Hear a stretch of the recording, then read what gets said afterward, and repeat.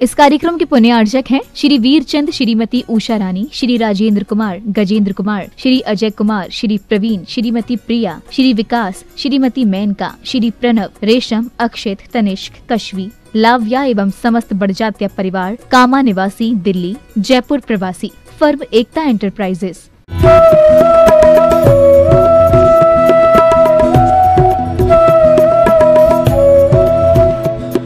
यूं तो जीवन में हर पल हार होती है,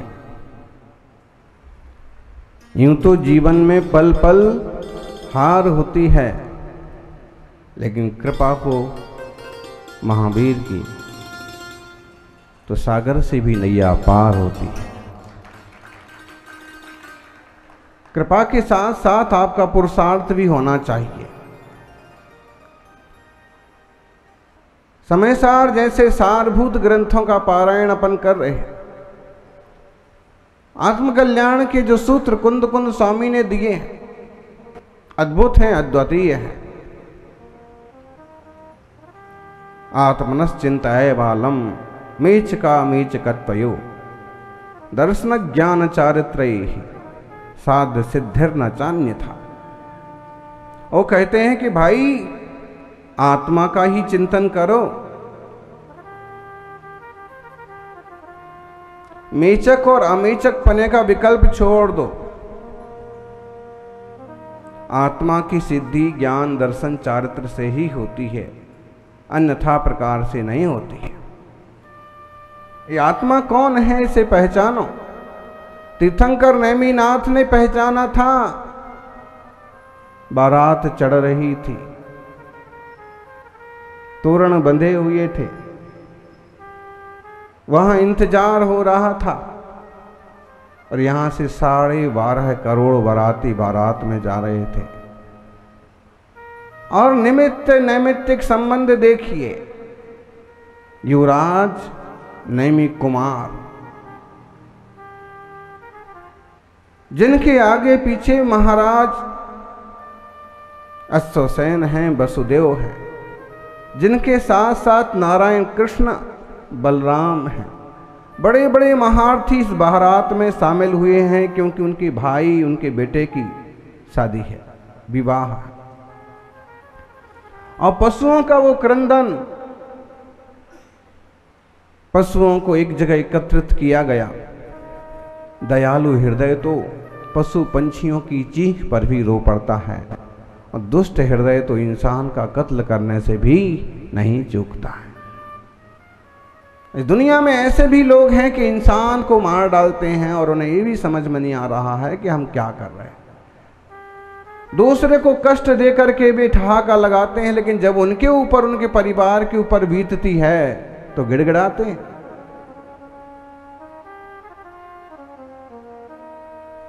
देख लीजिए, पिक्चर में डॉन जो होता है उपद्रव करता है और ठहाका लगाता है, जब उस पर मार पड़ती है तो गिड़गिड़ाता है। प्रैक्टिकली उदाहरण देख लो मुख्तार अंसारी जैसे लोगों का। जब दूसरों का कत्ल किया तो ठहाका लगाते थे, जश्न मनाते थे, और जब खुद पर बीती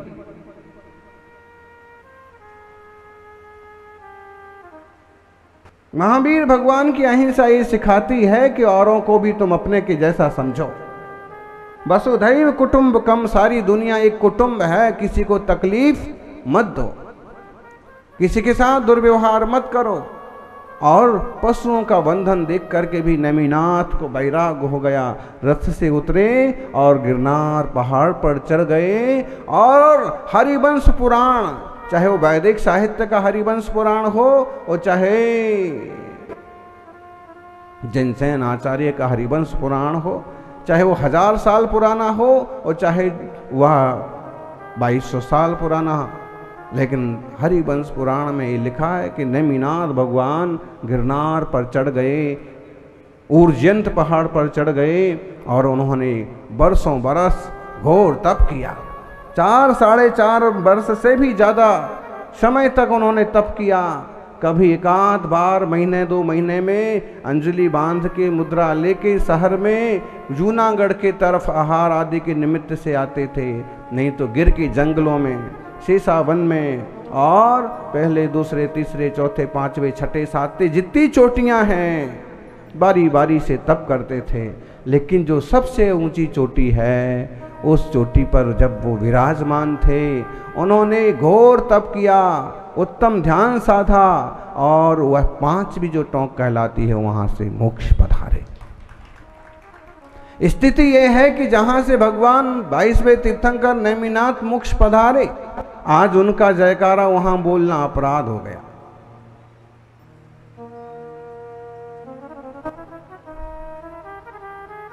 एक बात समझ में नहीं आ रही है कि जब विरासत के विकास की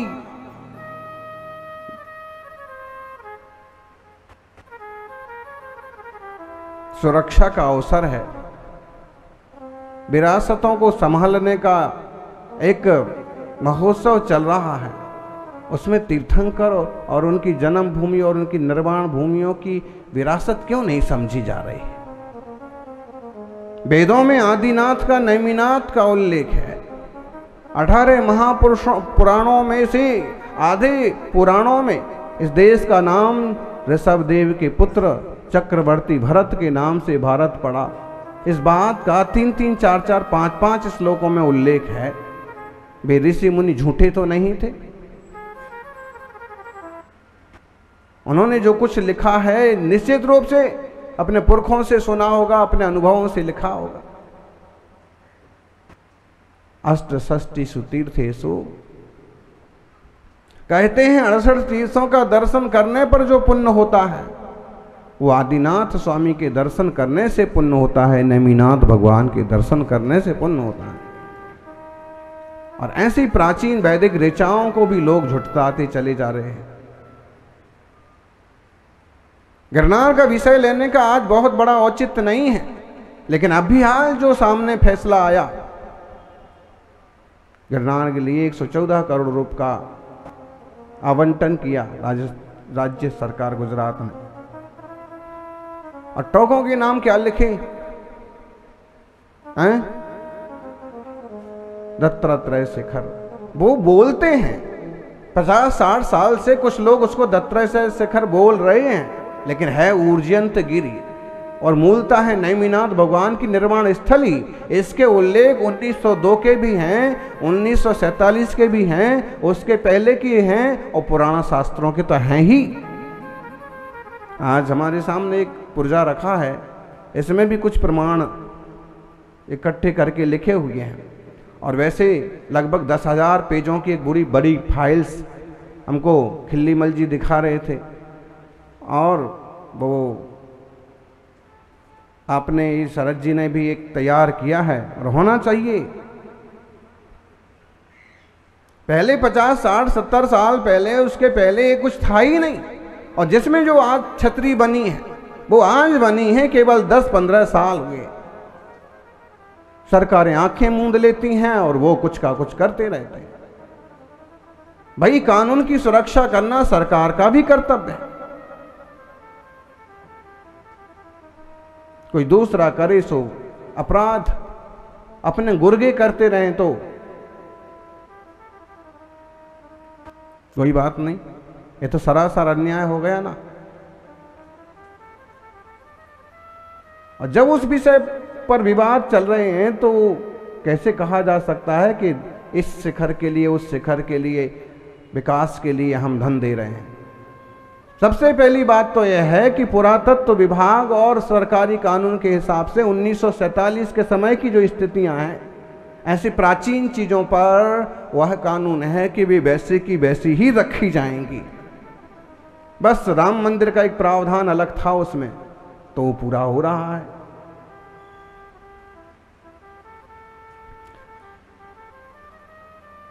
ऐसा क्यों नहीं हो रहा है कि जहां जहां जैन मंदिर और जैन मूर्तियां हैं जिन पर अनधिकृत कब्जा किए गए हैं, जबरदस्ती हत्या लिए गए हैं, डरा करके ले लिए गए हैं, वे वापिस जैन संस्कृति के केंद्र के रूप में सुरक्षित किए जाएं।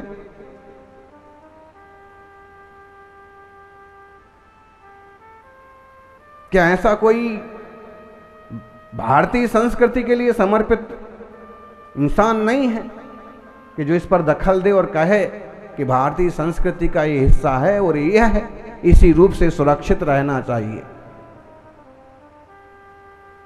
बहुत प्राचीन है, वैदिक संस्कृति जितनी प्राचीन है, श्रमण संस्कृति उससे पीछे तक जाती है।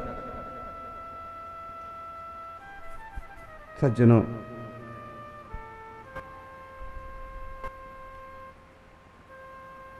गेट बना लिया, उसका नाम रख दिया, क्षत्रिया बना ली, उसका नाम रख दिया। जहाँ मुनि राजों के चरण हैं तीसरी टोंक पर, वहाँ आधे चरण ढक कर के मूर्तियाँ रख दी, उनके नाम रख दिए, अब मूर्ति रख दी उनकी अपनी।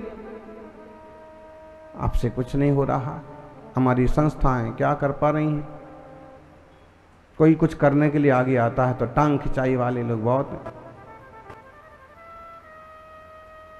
तीर्थों का सुरक्षित रहना जरूरी है। आचार्य अमृतचंद्र स्वामी अध्यात्म के बहुत बड़े ज्ञाता और जिन धर्म के बहुत बड़े नेता थे। उन्होंने 12 नंबर की गाथा करते हुए एक जो गाथा उद्धृत की है, बहुत महत्वपूर्ण है। जय जिन मयम पवज्जह तो मां व्यवहार निश्चय मोयदी। एकेन बिना छिज्जई तच्चम अन्नेन, एकेन बिना छिज्जई तिथम अन्नेन पुनः तच्चम। वो कहते हैं कि भाई, यदि तुम जिन धर्म में रहना चाहते हो, जिन शासन का पालन करना चाहते हो और वेद विज्ञानमय सम्यक मार्ग को पाना चाहते हो, तो निश्चय और व्यवहार का मोह नहीं करना। दोनों पर साम्य दृष्टि रख करके नयों से वस्तु व्यवस्था को जान करके अपनी निर्मलता बढ़ाना।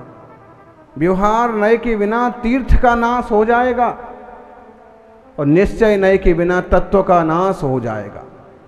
समझ में आ रहा?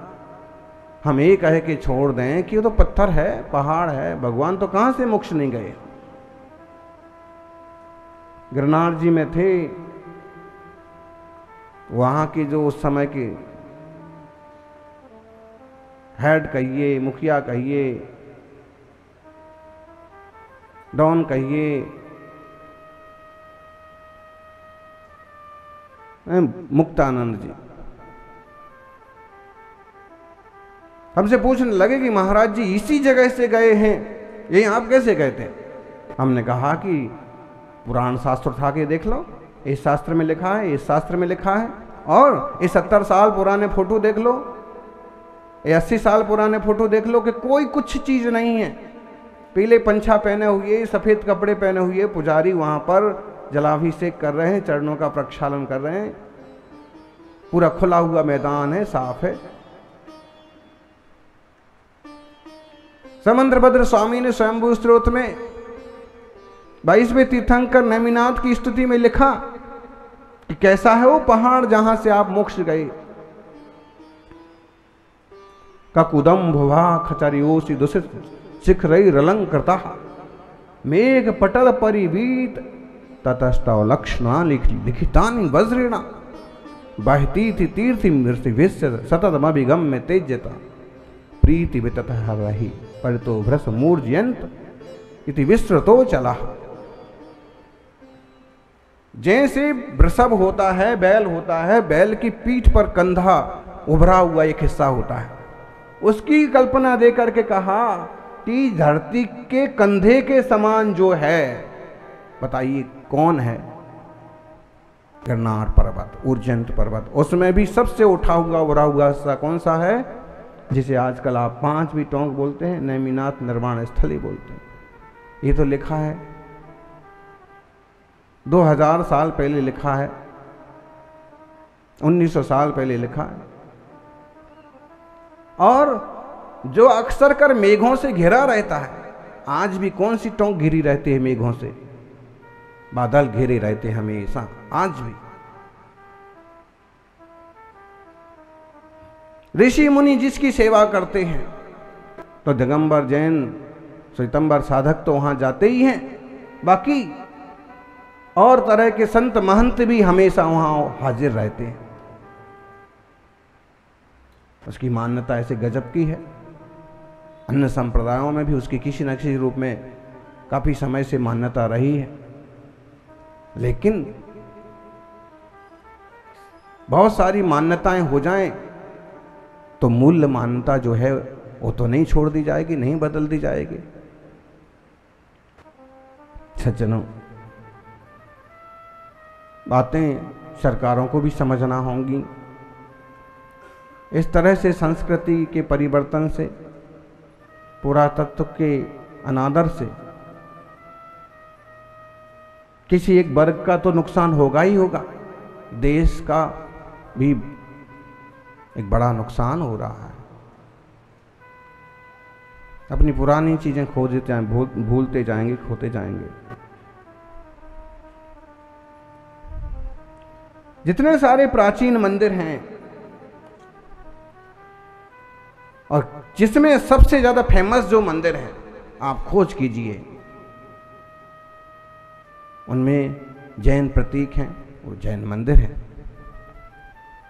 कई जगह पुरातत्वविदों ने भी ये बातें लिखी। आप नाम लेना कठिन समझते हैं, तिरुपति बालाजी, कोल्हापुर महालक्ष्मी मंदिर, आज भी बाकायदा मूर्ति दीवार में खुदी हुई है। हम तो नहीं वहां पहुंच पाए, लेकिन तपस्वी सम्राट गुरुवर सन्मति सागर जी से आग्रह किया, वहाँ के स्वामी जी वगैरह ने कि एक बार पधारिए तो सही। तो उन्होंने कहा कि ठीक है, आप कहते हैं तो चलते हैं। और उस समय शायद किसी व्यक्ति ने वीडियो भी ले लिया, तो महाराज जी देख रहे हैं कि देखिए ये मूर्तियां बनी हैं तीर्थंकरों की, दीवारों पर सब तरफ।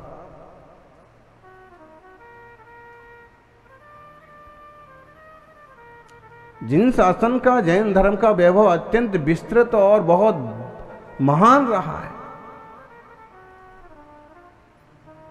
लेकिन क्या करा जाए, काल परिवर्तन, धर्मांतरण की बातें आज हम जिस तरह की सुन रहे हैं, इस तरह की थोक की बातें हमारे साथ हुई।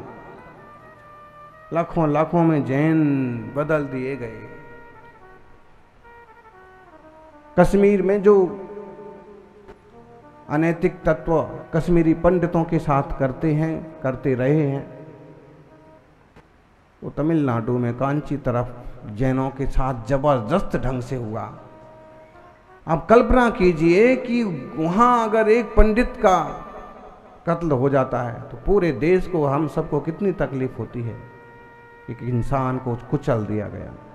लेकिन तमिलनाडु में एक जमाना था कि 500 मुनि राजों को घानी में पेल दिया गया। और कहते हैं आज भी वहां एक तरह की कुरीति चलती है कि दीवारों पर उस तरह का एक चित्र बनाएंगे और उसको कुचलेंगे, उसे मारेंगे, उसे पीटेंगे। कैसा घोर संप्रदायवाद, घोर अंधकार।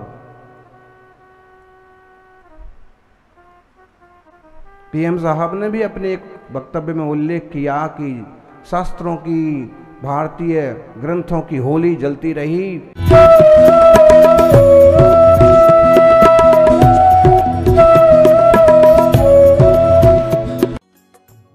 इस कार्यक्रम के पुण्यार्चक थे श्री वीरचंद, श्रीमती उषा रानी, श्री राजेंद्र कुमार, गजेंद्र कुमार, श्री अजय कुमार, श्री प्रवीण, श्रीमती प्रिया, श्री विकास, श्रीमती मेनका, श्री प्रणव, रेशम, अक्षित, तनिष्क, कश्वी, लाव्या एवं समस्त बड़जात्या परिवार, कामा निवासी, दिल्ली, जयपुर प्रवासी, फर्म एकता एंटरप्राइजेस।